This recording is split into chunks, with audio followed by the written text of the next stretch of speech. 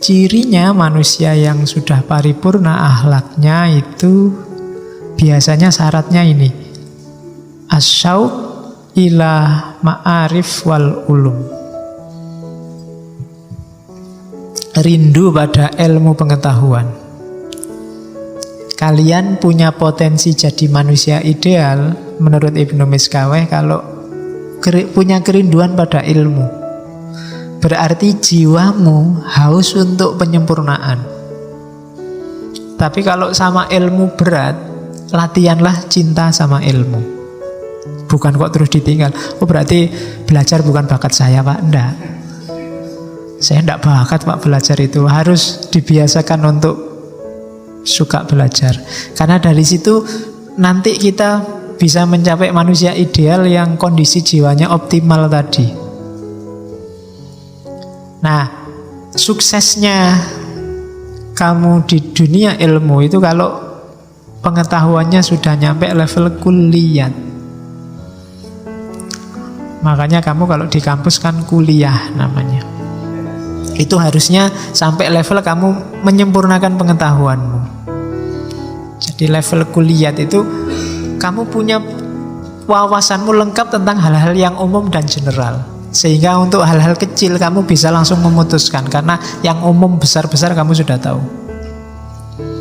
Nah, itu namanya kuliah.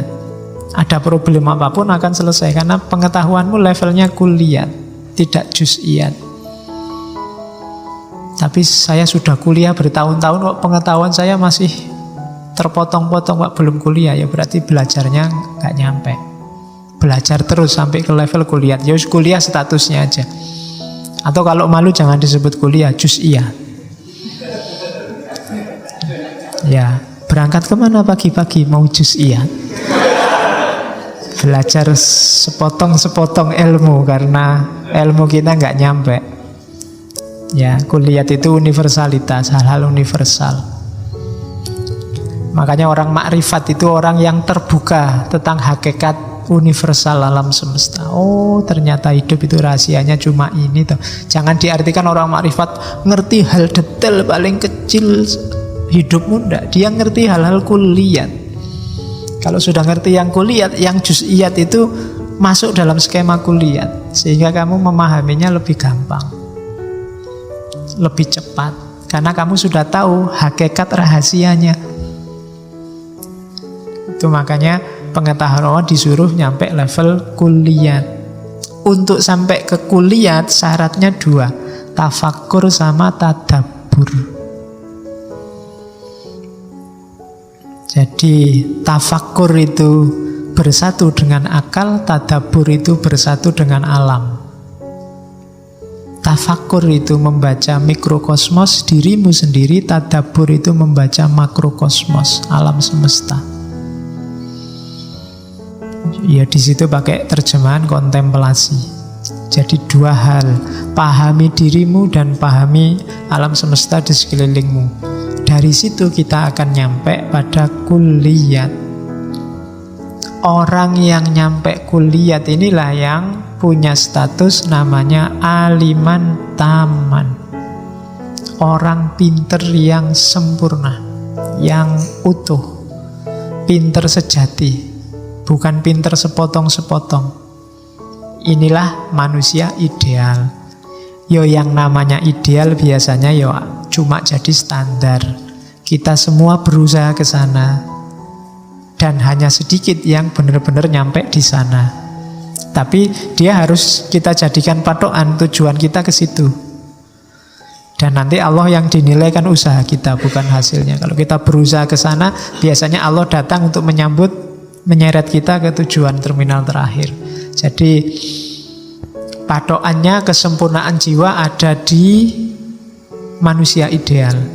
Manusia ideal itu syaratnya adalah orang yang cinta ilmu.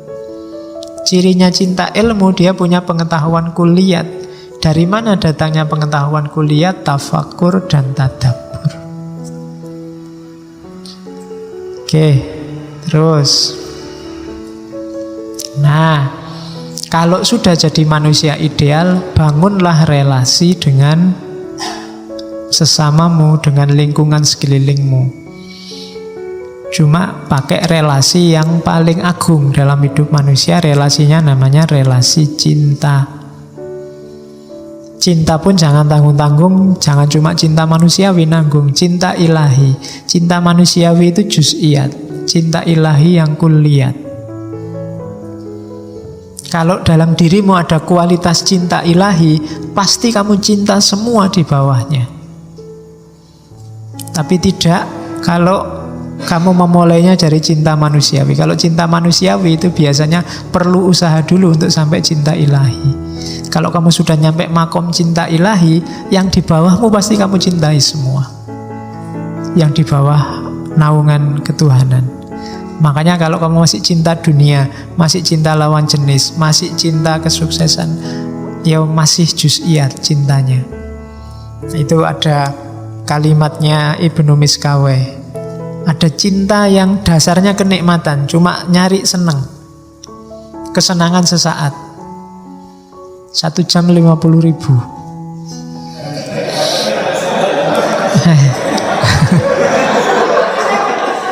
Iya, lu aku diceritani begitu, ada hotel-hotel melati tertentu itu jam-jaman sak jam 50.000. Lah kok murah? Ya, padahal itu cuma istirahat sebentar. Mbok kalau istirahat sebentar di masjid aja kan boleh. Gratis, tidak bayar. Kalau dasarnya kenikmatan, melekatnya cepat, hilangnya cepat. Jadi cepat loh itu, paling berapa menit kan kamu sudah. Pengennya kemerungsung kayak ya, tapi cepat selesai. Jadi itu dasarnya kenikmatan. Ya nggak cuma itu ya, kenikmatan makan, kenikmatan itu. Kalau pas lagi lapar kan kayak ya, semua mau dimakan. Begitu makan sudah kenyang ya sudah selesai, cepet.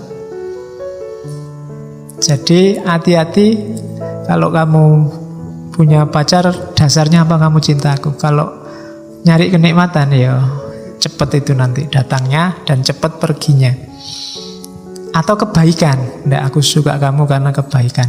Nah itu melekatnya cepat dan hilangnya juga lama.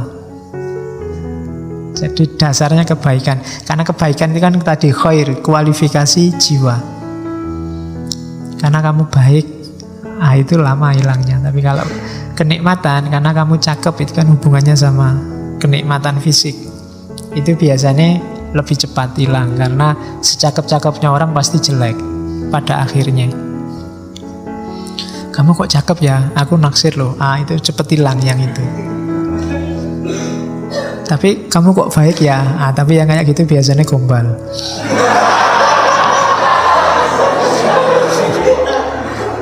Aslinya yo nyari fisik, tapi yang memang kebaikan, benar-benar karena kebaikan itu biasanya lebih tahan lama. Ada yang kemanfaatan. Kalau dasarnya kemanfaatan, melekatnya lama, hilangnya cepat. Kamu suka karena temanmu ini punya motor dan kamu bisa memanfaatkan pinjam motornya. Itu lama kamu bisa lekat sama dia.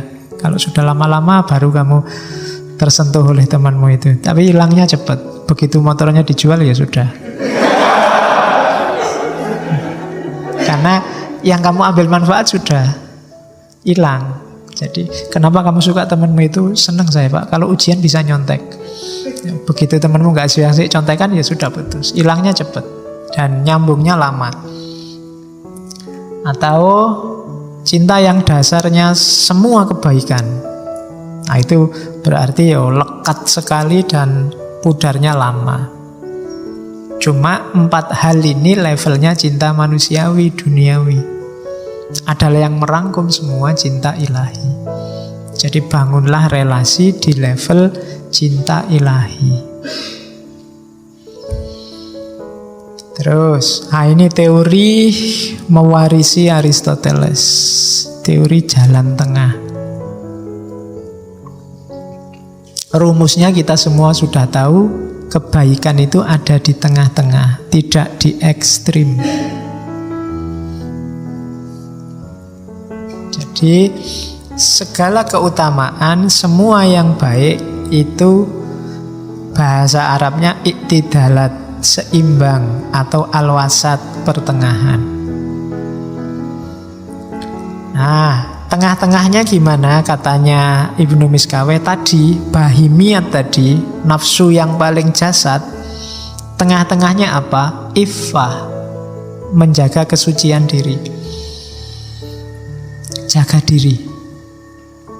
Orang yang kekurangan apa kelebihan dalam makan misalnya, kurang makan jelek, kebanyakan makan juga jelek, maka tengah-tengahnya itu pas. Itu iffah, menjaga diri. Kurang makan membahayakan kesehatan, kebanyakan makan membahayakan kesehatan juga. Tetap harus menjaga diri, iffah.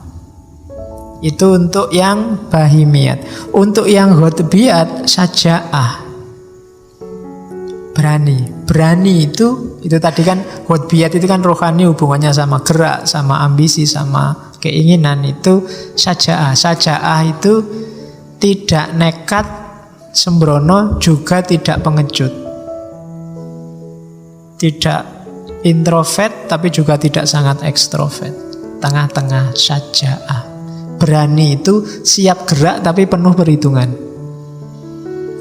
Itu tengah-tengahnya ghotbiyah. Silahkan rancang keinginanmu dengan berani, tidak dengan ngawur, nekat, atau tidak berani bikin planning.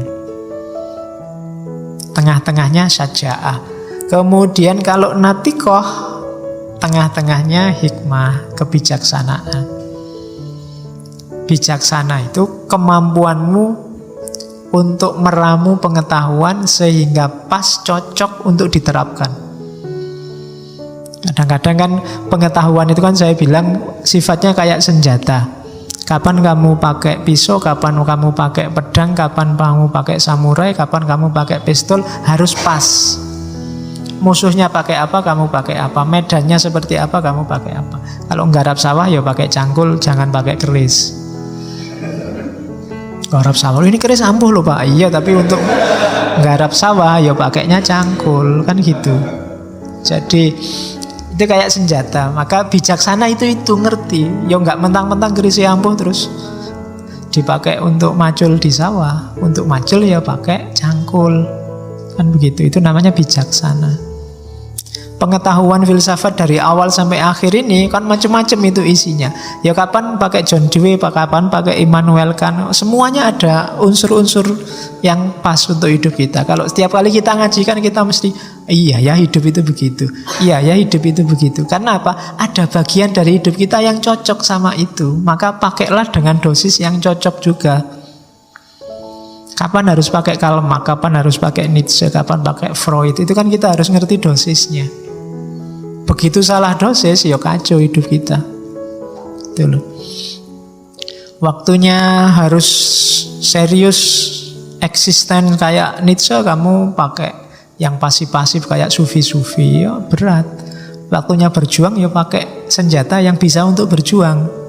Waktunya tidur pakai bantal. Jangan waktu tidur pakai cangkul. Tidak bisa. Itulah kebijaksanaan. Jadi intinya filsafat belajar di situ sebenarnya. Nyawanya ada di situ. Oke, nanti gabungan dari tengah-tengahnya tiga tadi namanya adalah keadilan.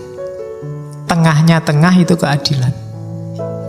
Ya, nanti penjelasannya panjang di Ibnu Miskaweh. Tapi yang jelas hampir mirip dengan beberapa filosofi yang lain. Keadilan itu nyawanya moralitas. Itu dosis yang adil.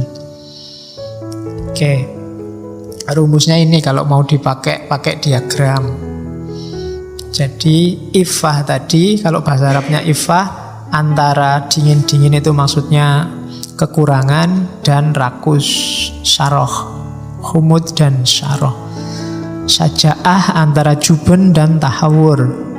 Hikmah antara balagh itu dungu. Dungu itu tidak sama dengan bodoh. Dungu itu mungkin pengetahuannya banyak, tapi menggunakannya tidak pas. Itu dungu namanya. Kamu lah sudah ngerti toh kalau kayak gitu. Iya nih saya tidak tahu harus dipakai toh ternyata. Itu orang menyebutnya dungu. Balagh bahasa Arabnya. Atau lancang, tidak ngerti nekat aja. Nah itu namanya sofah. Kalau adil ya lawannya zalim, aniaya. Baik menganiaya maupun dianiaya, bagi Islam dua-duanya tercela. Maka jangan izinkan dirimu dianiaya dan jangan bolehkan engkau menganiaya. Itu Islam. Kalau kamu sedang dianiaya, ya keluarlah dari konteks keteraniayaanmu. Kalau kamu sedang menganiaya, berhenti, jangan menganiaya. Di level apapun. Karena fenomena keteraniayaan itu menunjukkan tauhid yang tidak hidup. Kenapa? Dalam fenomena penganiayaan ada yang ranking atas, ada ranking bawah. Yang atas menganiaya yang bawah. Dan ketika ada hierarki atas bawah, berarti ada yang di atas makhluk selain Allah. Itu berarti tauhidnya perlu dipertanyakan. Kita keluar dari jerat yang anti tauhid itu berarti kita keluar dari jerat kezaliman. Tengah-tengahnya adil. Nah, yang butuh dalil tak kasih dalil, ben koyo ngaji tenanan. Ini dalilnya tengah-tengah, ya. Yo yang paling kita kenal kan wah khairul umuri, dulu ustadz saya kalau ngaji khairul umuri ausatuha, segala hal itu yang paling baik yang tengah-tengahnya, kecuali donat, mesti gitu. Ya, kalau donat jangan dimakan tengahnya, tidak ada apa-apanya, adanya pinggir.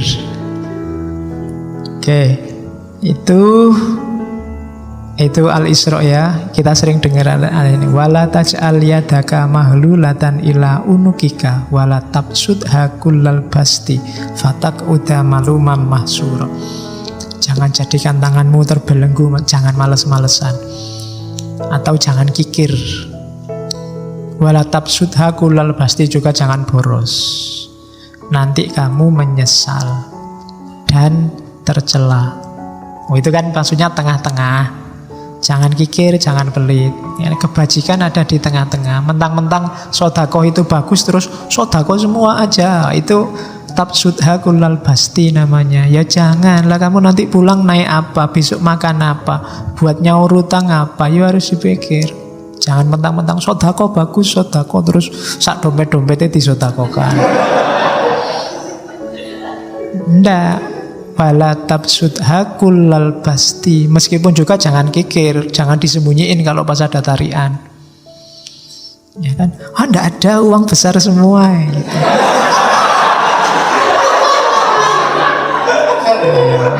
Sering ya gitu.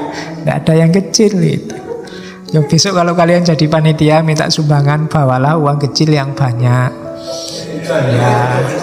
Kalau minta ke dosen, Pak, minta sumbangan, tidak ada yang kecil ya, saya ada kembaliannya, Pak. Jadi enak. Oke. Atau Al-Furqan, waladzina idza anfaqu lam yusrifu wa lam yakturu. Dan orang yang ketika menafkahi tidak berlebihan dan juga tidak pelit. Al-Furqan 67. Kalau Al-Furqan sebenarnya ada ayat bagus sebelum 67 itu yang wa ibadur rahmani alladzina yamshuna fil ardi haunan wa idza khatabal jahiluna qalu salama. Itu ayat untuk melawan orang-orang bodoh. Hari ini kan banyak orang tidak pinter ngomong semua di medsos, dan itu diingatkan oleh Al-Quran. Kita yang pinter ya jangan kayak gitu juga. Jadi wa ibadur rahmani, dan hamba Allah yang maha penyayang itu alladzina yamshuna fil ardi hauna. Kalau jalan di muka bumi dia tawadhu, menundukkan diri. Wa idza khatabahumul jahiluna, kalau ada orang-orang bodoh ngomong macam-macam termasuk tentang dirinya, qalu salama. Mereka hanya ngomong hal-hal yang menyelamatkan, hal-hal yang damai, hal-hal yang dingin. Kelemahan kita selama ini, kalau ada orang ngomong jelek terus kita balas dendam ngomong jelek juga. Dia sudah mendahului ngomong jelek, aku ngomong jelek. Sana miso sini miso. Level kita akhirnya jatuh ke level mereka. Nah, padahal Quran nyuruhnya ndak, wa idza khatabahumul jahiluna qalu salama. Ini ayat sebelumnya kalau enggak 6364 Al-Furqan. Oke, ya bahanmu kalau disuruh kultum pakai itu ya. Judulnya anti hoak. Terus sumbernya sifat buruk Karena tadi yang utama tengah-tengah, maka yang buruk itu lebih atau kurang. Kemudian katanya Ibnu Miskaweh secara umum ya, orang itu sumber keburukan itu yang pertama kemarahan, yang kedua takut mati, yang ketiga kesedihan. Hati-hati kalau kamu sedang marah, atau sedang takut, atau sedang sedih. Pokoknya off dulu kalau sedang mengalami tiga hal itu. Karena biasanya pikiranmu tidak jernih. Yang keluar hal-hal buruk, tidak terkontrol. Kalau di Ibnu Miskaweh, kemarahan itu bisa melahirkan ujub, sombong, merasa besar, iftikhor, bermegah-megahan, cekcok, mirok, menang sendiri, lajat, muzah. Muzah itu ketawa-ketawa, gurau. Mak lampir itu kan, kalau dia kan ketawa terus itu. Itu karena dia punya niat jahat, marah, ingin menyesatkan orang, terus dia mesti ketawa. Nah, hati-hati dengan orang yang ketawa terus. Ya ketawa ya sekali-sekali, neng ojo guyu terus. Mengeraskan hati kalau katanya Nabi. Muzah. Jadi biasanya orang marah juga begitu, menyepelekan orang. Jadinya muzah, menertawakan orang lain, membohongi diri, tidak sadar berapa kapasitasnya, merasa dia besar luar biasa, berhak balas dendam. Istihza, mencemooh orang lain, menertawakan orang, atau menindas orang lain. Dan jangan mudah takut, termasuk takut mati. Mati itu tidak perlu ditakuti. Orang takut mati karena tidak tahu hakikat kematian, tidak tahu nanti setelah mati ada apa, tidak tahu kalau jiwa itu kekal, menganggap mati itu berat luar biasa, takut siksaan setelah mati, tidak tahu yang dialami setelah mati, takut meninggalkan keluarga, harta, dan lain-lain. Tidak usah ditakuti, belajarlah tentang kematian, nanti kamu akan paham. Ya nanti entah sesi kapan kita ngomong filsafat kematian, kalau kamu berani. Ada beberapa filosof barat timur termasuk Jawa yang ngomong tentang kematian. Bahkan tembang Jawa itu simbol-simbolnya simbol kematian. Beberapa. Oke, kalau kesedihan katanya Ibnu Miskaweh sumbernya biasanya dua. Berpisah dari yang dicintai atau gagal meraih yang dicintai, meraih yang dicari. Ya karena yang dicari biasanya yang dicintai itu. Jadi perpisahan dan kegagalan, sumber kesedihan. Diinget-inget ini ya, begitu kamu, wah aku mengalami perpisahan ini, off dulu, karena kamu sedang sedih itu mesti, atau gagal itu, coba jangan mutusin apa-apa dulu, tenangkan dulu pikiranmu sampai jernih lagi baru berpikir. Sedang takut luar biasa itu juga hati-hati. Orang takut itu biasa, makanya cowok-cowok kan sering ngajak pacarnya nonton film horor, karena waktu takut itu pikirannya nggak jalan ya, ngerangkul ya. Jadi jangan. Kalau takut off dulu. Yo, kalau lihat film horor dipikir dulu. Kira-kira. Ya. Oke. Makanya kalau lihat film horor berdoa saja semoga tidak takut, atau semoga nggak ada hantunya. Nggak jadi nonton film horor. Masa sudah ngopi film horor, sudah mau dilihat, waktu hantunya keluar malah merem. Nggak berani aku lihat, jadi jangan lihat film horor, Mas. Oh ya, sudah nyewa film horor kok nggak mau lihat.